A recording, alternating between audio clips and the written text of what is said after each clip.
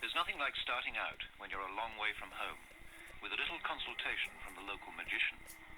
He doesn't belong here any more than I do. He bussed and walked his way across Central Africa and earns a living getting husbands' wives and wives' children. But for me, the special service.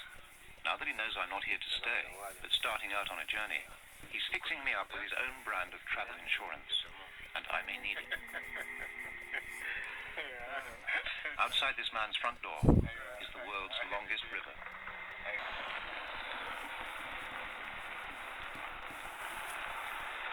The Sudan, in Arabic, the country of the blacks.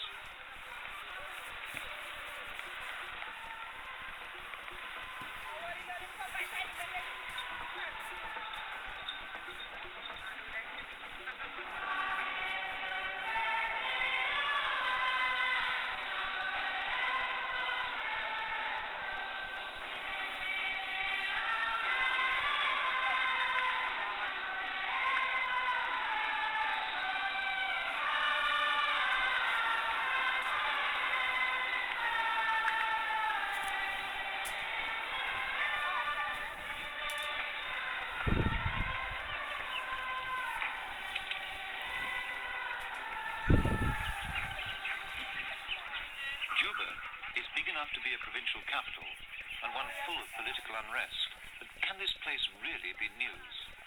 For a long time, the only people who could point to Juba on a map were either slave traders or missionaries, strangers, foreigners like me, or people with designs on the place. And yet when you are in Juba, you wonder about the generations upon generations that have lived by the healing river, never been anywhere else, and never wanted to. From here to an impossibly remote Mediterranean 1,800 miles away, the river is the landscape.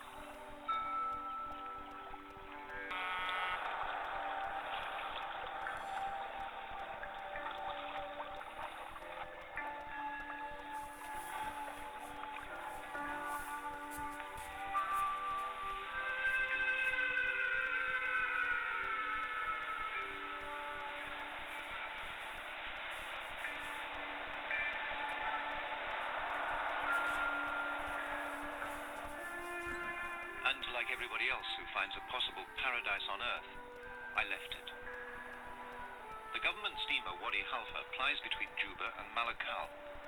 You feel safe, you feel insulated from danger, you feel the onset of a great adventure, but also a baffling sadness. I got a message sent to me. Thank you for the comment. Sorry, a comment. About the source of the Nile. So I'm gonna double check, because I think he just said that Juba was the source of the Nile, but I thought the source of the Nile came from Ethiopia. This will be part one.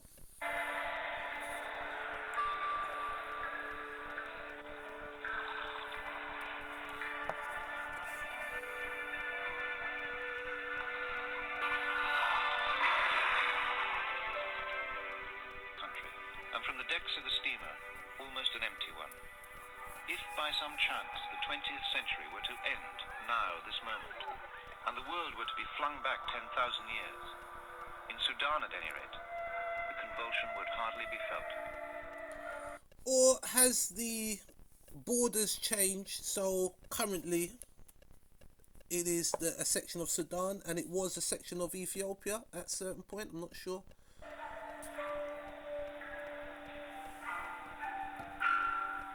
Gonna find out.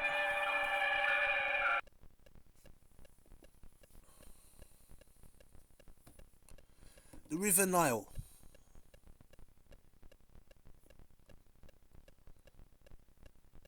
The River Nile.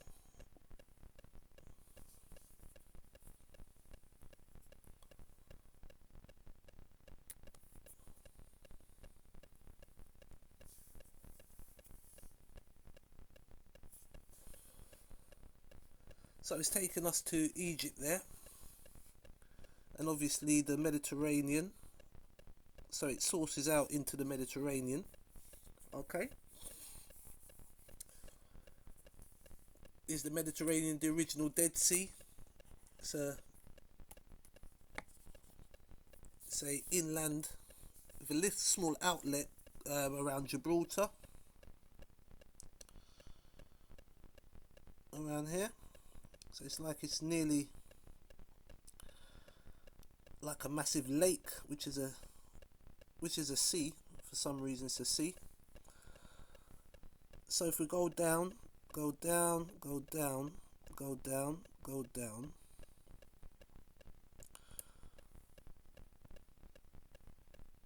Let's see. So that looks like the Nile there. It's gone into Sudan. So he said it was in Juba. So why do they say that there's... It starts from Ethiopia? I thought it did. Right.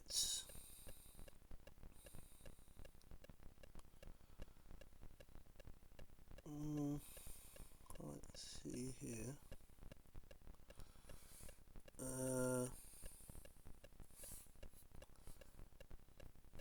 Blue Nile.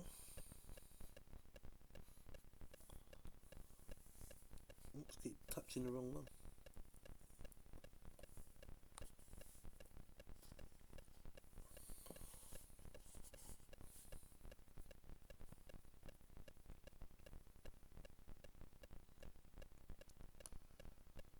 Okay, so we know that the Ethiopia is full of glorious highlands, so it's fair to say I think Sudan and certain areas like Egypt would be on a lower landscape, or a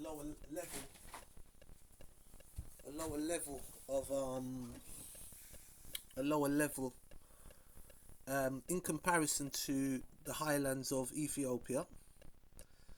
So for an example, the rain would fall up on all these mountainous areas here, and then would flow downwards. Would that flow downwards, which would theoretically be the source of the Nile? What's your thoughts on that? Because it says Juba, and Juba was a it's a long way. Juba. Okay. Juba is there. Okay.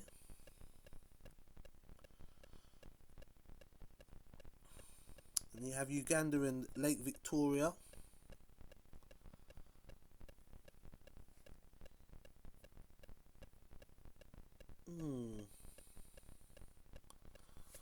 Well, let's have a look at some videos. A ride in a felucca up the Nile is a ride up the corridor of history.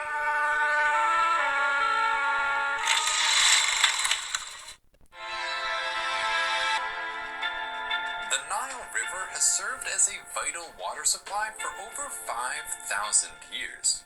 From the earliest days of human civilization all the way up to modern times, people have relied on its regular flooding to supply fertility to what would otherwise be a barren desert landscape. The valley of the Nile bespeaks the dawn of recorded time, built indeed for the ages, some of the most ancient relics in the world.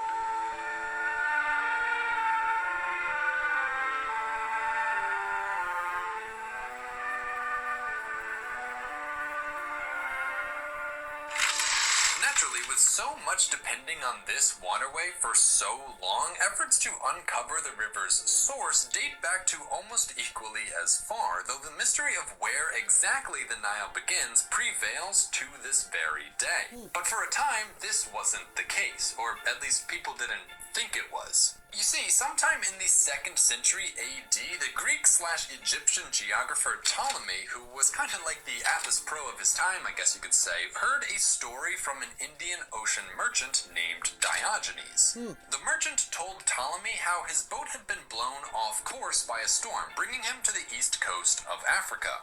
From here, he supposedly traveled inland for 25 days, at which point he came across the source of the Nile River, a group of massive mountains feeding into a series of lakes, which eventually flowed into the Nile. When asked for the name of these great mountains, Diogenes said the local people called them the Mountains of the Moon, after the white of their snow-capped peaks. Kilimanjaro? Whether or not any of this actually happened is, well, unknowable. But no matter what you believe, Ptolemy bought into this merchant's story big time, excited to put an end to this already 3,000-year-old mystery, and immediately began including the Mountains of the Moon as well as the collection of lakes they supposedly fed on his maps.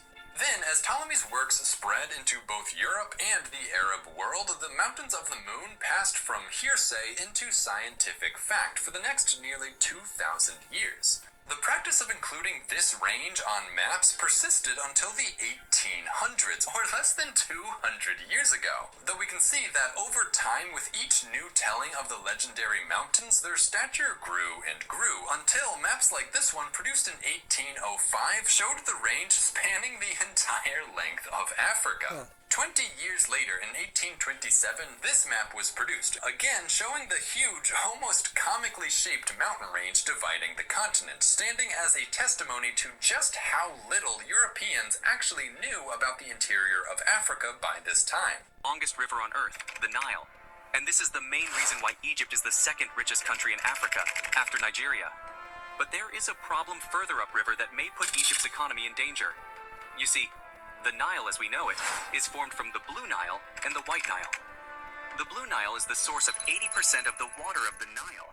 And what is extremely concerning for Egypt is that its springs are located in Ethiopia.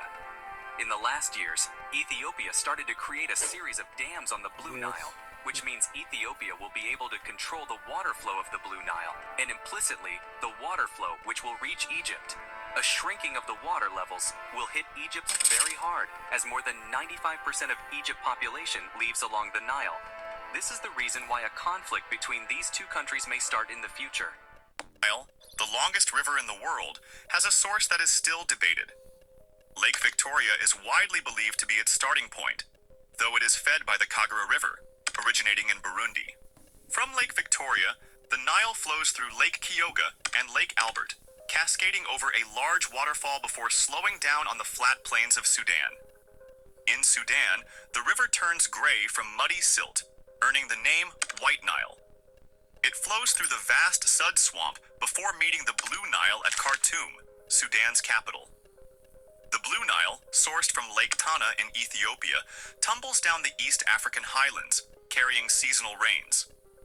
After their confluence, the Nile flows through Sudan to Lake Nasser, a reservoir formed by the Aswan High Dam in Egypt. From there, the Nile continues 1,000 kilometers to Cairo, creating a broad delta before emptying into the Mediterranean Sea. Today, we're delving deep into the fascinating world of one of the most iconic rivers in history, the Nile. The story of the Nile begins approximately 30 million years ago, where its early course spanned a much shorter distance, with its main headstream likely originating around 18 degree to 20 degree N latitude. Fast forward to about 25,000 years ago, a significant evolution occurred. The East African drainage system to Lake Victoria developed an outlet northward, connecting with Lake Sud. As sediments accumulated over time, Lake Sud's water level rose, eventually overflowing to the north. This overflow formed a riverbed, linking the two major parts of the Nile system and unifying the drainage from Lake Victoria to the Mediterranean Sea. The source of the Nile River. Now let's journey to the source of the Nile. While there are several tributaries, the furthest headstream, the Kagera River, rises in the highlands of Burundi. However, the Nile proper begins its journey from Lake Victoria, the second largest freshwater lake globally, near Jinja, Uganda. As it flows northward as the Victoria Nile, it encounters Murchison Falls, a breathtaking spectacle where the river descends through the East African Rift System. Continuing its course, the Nile merges with Lake Albert, forming the Albert Nile. Entering South Sudan, the Nile becomes the Al Jabal River, characterized by narrow gorges and rapids. The region faces challenges like the Sud, vast masses of aquatic vegetation obstructing navigable channels. Further downstream, the White Nile, originating from Lake Victoria, meanders placidly through the landscape, supplying a significant portion of water to the Nile system. Meanwhile, the Blue Nile descends from the Ethiopian plateau, renowned for its flood season triggered by summer monsoon rains. Its journey through deep ravines and canyons adds to the Nile's volume as it joins the White Nile at Khartoum. The Atbara River. The Atbara River, the last tributary, flows from Ethiopia into Sudan, contributing vital water during its rapid rise and fall seasons. Moving along the Nile's course, Lake Nasser, formed by the Aswan High Dam, alters the river's dynamics, creating the second largest man-made lake globally. Cairo and Nile Delta. Finally, as the Nile approaches Cairo, it meanders through the Delta region, a fertile landmass created by millennia of sediment deposition, offering sustenance to civilizations for centuries. And there you have it, a glimpse into the awe-inspiring journey of the Nile River. Visiting the source of River Nile in Jinja, Uganda. Discovered by Onyx Peck on 3rd August 1858, the spot you're about to see is considered the genesis of the longest river in the world. Just the same way they built for Jesus, next to the waters. So he was putting it next to the waters so that if the enemy comes from the land, he can attack. If the enemy comes from the waters, he had all the ammunition, he had all the guns, because, it was a threat to the rabbit shoulders. Yeah. So that is how that hill came about. Now, I have a question. Sure. How come you guys, these people are fishing right now, right? Yes, they are. How come they're fishing during the day? You know, in Kenya, people fish mostly at night. What major fish do they catch in the night? In Kenya? In Kenya, mostly it is tilapia, Nile perch, there is mudfish, there is daga, omena. Omena. Yes. So omena is what is usually caught in the night. So what happens is, Omena is caught in the night. that's the silverfish, Yes. the small one. Now, those guys are there and you see them concentrated in one place. Now that is where beneath, for you on top you see water flowing the same way. But beneath the waters, there is a huge flow going out of the lake. Like I was telling you, that is an aquarium dam. So this is the lowermost part of the lake. You know, like you have a basin, then you tilt it. There is that part where the water flows out. So this is the lowermost part of Lake Victoria. Okay. So then it is the uppermost part of the river. Because see where we are now here, the river begins from this way. That's why you realize that the waters on the other side have waves and the waters on the side have a current. So this water starts to flow in one direction. But this way the water doesn't have a specific direction. You get? It's like stagnant. So those guys are there because at that point the water is gushing out. It reaches and it's narrowing down and it's gushing out. So when it does that, it collects fish. It's like all this fish and everything that comes with the pressure. And then they take it. So for them,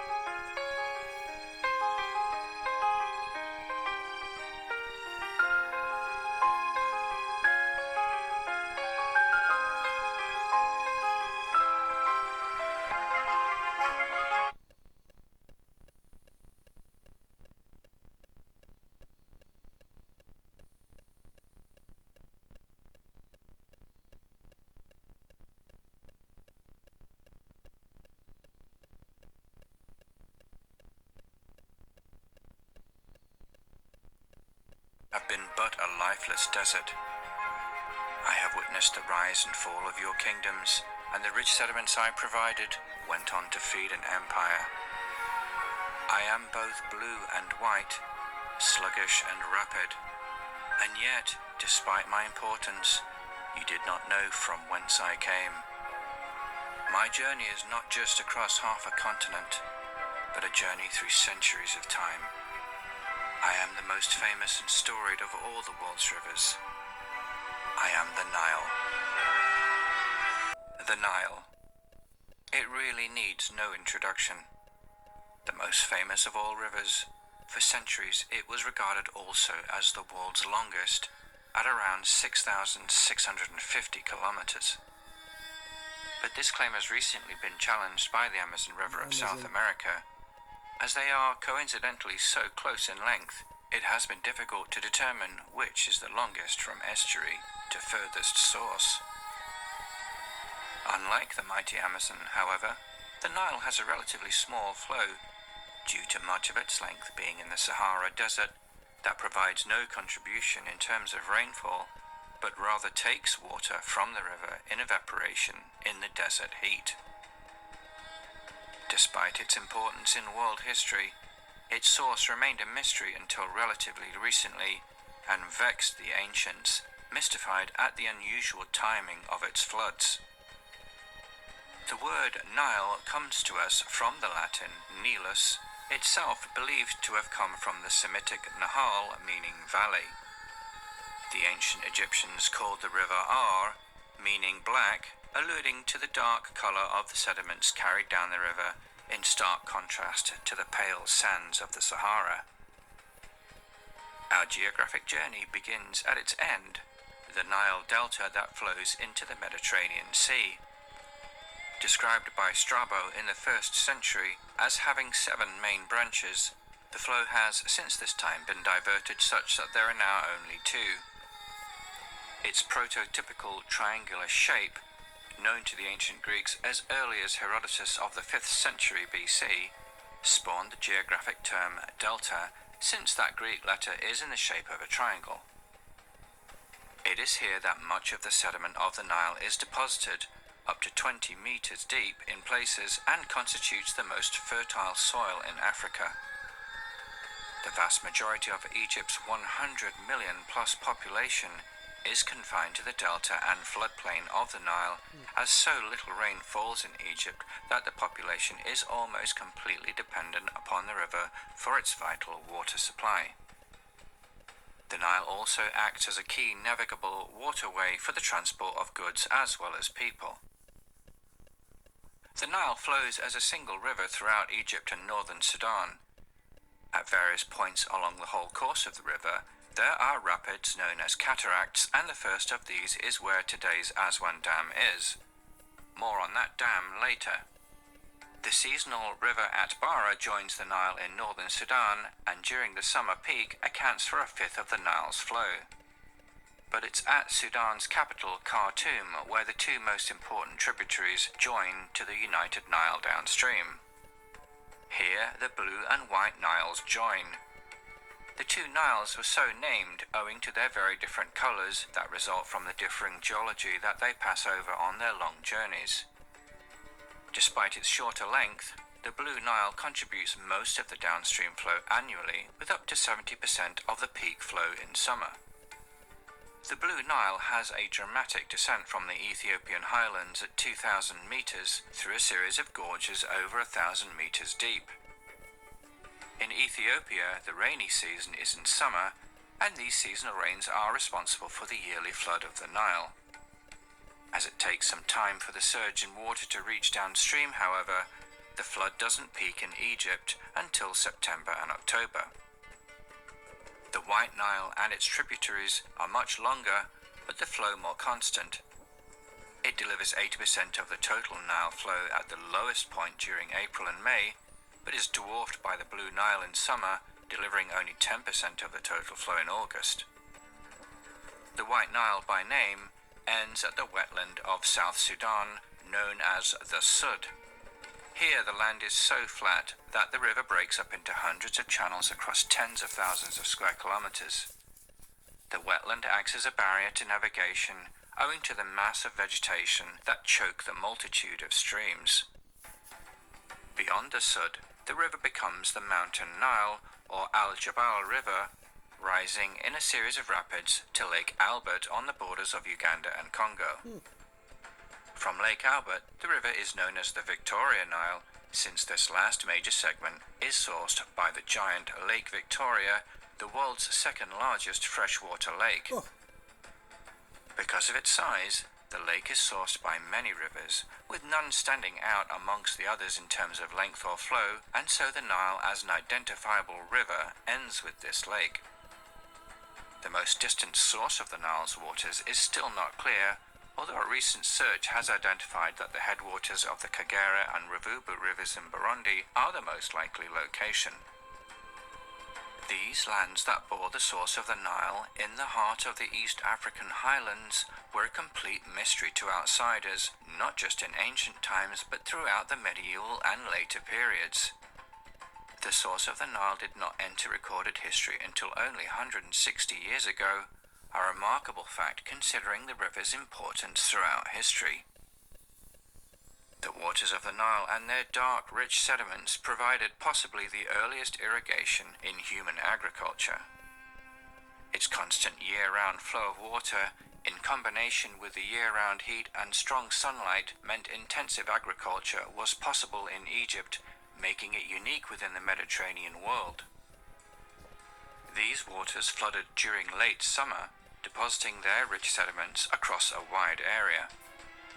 The timing of the flood was a phenomenon at odds with the ancient Greek and Roman experience of all other rivers being in flood during winter. Peak rains in the Mediterranean occur in the cooler season. We know today that this summer Nile flood is due to the monsoonal pattern of rain over the headwaters of the Blue Nile in Ethiopia, which receives most of its rain in summer, the opposite pattern of rainfall to that of the Mediterranean. In ancient scripture, the Nile played a key role in the book of Exodus of the Bible, with its waters carrying the infant Moses in a basket of reeds. Moses would later lead the Israelites from slavery within Egypt, but only after Pharaoh relented, following the 10 plagues visited upon the land. It is believed that the ancient Egyptians had knowledge of the Nile as far as its confluence at today's Khartoum, and possibly as far as Lake Tana in Ethiopia up the Blue Nile. This area of the Upper Nile, known as Nubia, was home to various kingdoms, with the Kushites being the most successful, reaching a peak in the 8th century BC, but continuing until the end of antiquity, with their capital of Meroe on the banks of the Nile just north of today's Khartoum. Egypt was the last Mediterranean kingdom to be conquered by the Roman Empire in 30 BC, and was prized due to it being the most fertile region known to them, owing to the waters of the Nile. In this period, Egypt became known as the breadbasket of the empire due to its prodigious harvests of wheat, so it could be said that the waters of the Nile, originating within the heart of East Africa, fed much of the Roman Empire. The source of these incredibly important waters became an obsession for many Romans, and one of these was that most famous of emperors, Nero. In 66 AD, he ordered an expedition up the Nile to find its source. The journals of this expedition are recorded by Pliny the Elder and Seneca the Younger.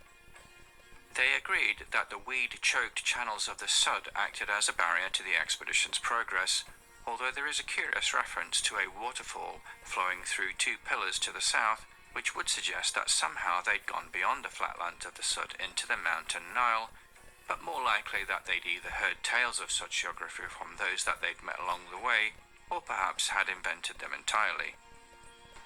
In 150 AD, the great Egyptian geographer Ptolemy described the source of the Nile as belonging to the mountains of the moon, apparently from an earlier report by the supposed merchant Diogenes, who had claimed to have found the source within a series of lakes nestled among snowy peaks.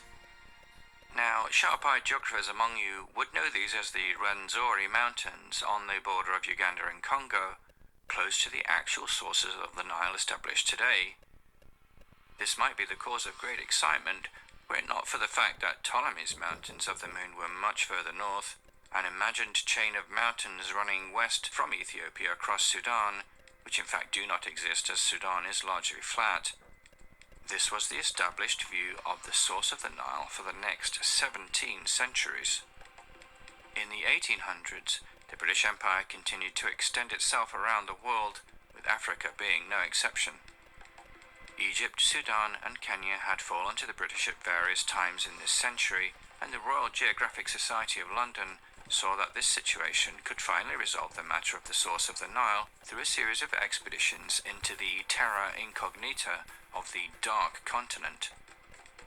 The explorers John Hanning Speke and Richard Burton were the first Europeans to see Lake Victoria in 1858, travelling up from the East African coast at Zanzibar rather than attempting the passage down the Nile through the impenetrable Sud.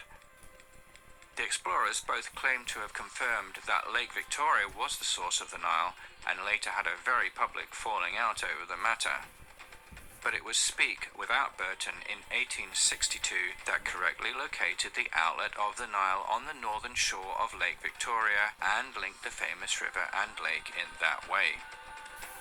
As mentioned earlier, we know Lake Victoria to be fed by many headwaters, and many expeditions have been conducted in the time since Speke to try to find the most distant source, with the Kagera and Ruvubu rivers in Burundi currently thought to be the furthest.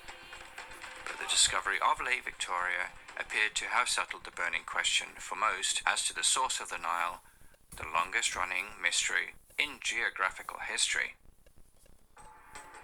The most significant development in modern times to affect the Nile was the building of the Aswan High Dam in southern Egypt that began in 1960. The dam's main purpose was to regulate the amount of water passing downstream, which used to vary considerably year upon year. Too much led to devastating floods, too little to a poor harvest and famine. Upon its completion in 1970, the millennia of annual floods in Egypt finally came to an end, as the seasonal flood from the Blue Nile is absorbed within the 168 cubic kilometre capacity of Lake Nasser formed upstream of the dam. Due to its location within the Sahara Desert, however, the lake loses between 10 and 30% of water annually through evaporation. Another benefit is the dam providing 2 gigawatts of power through its hydroelectric turbines. Another larger dam on the Blue Nile in Ethiopia is currently in the filling phase and has been the cause of considerable tensions between this country and Egypt. Construction of the Grand Ethiopian Renaissance Dam began in 2011 and when completed will provide 5 gigawatts of much-needed power to Ethiopia and could advance economic development of that country considerably. Egypt has disrupted funding of the dam from international partners, resulting in delays in construction, and claims that the dam will reduce the flow downstream. So this is part one for the search of the River Nile. Please comment. For myself, I think it's going to be very difficult because of the geology. So we could be talking about higher mountains and rainfall coming down the mountains, but what about underneath these lakes? There could be water sources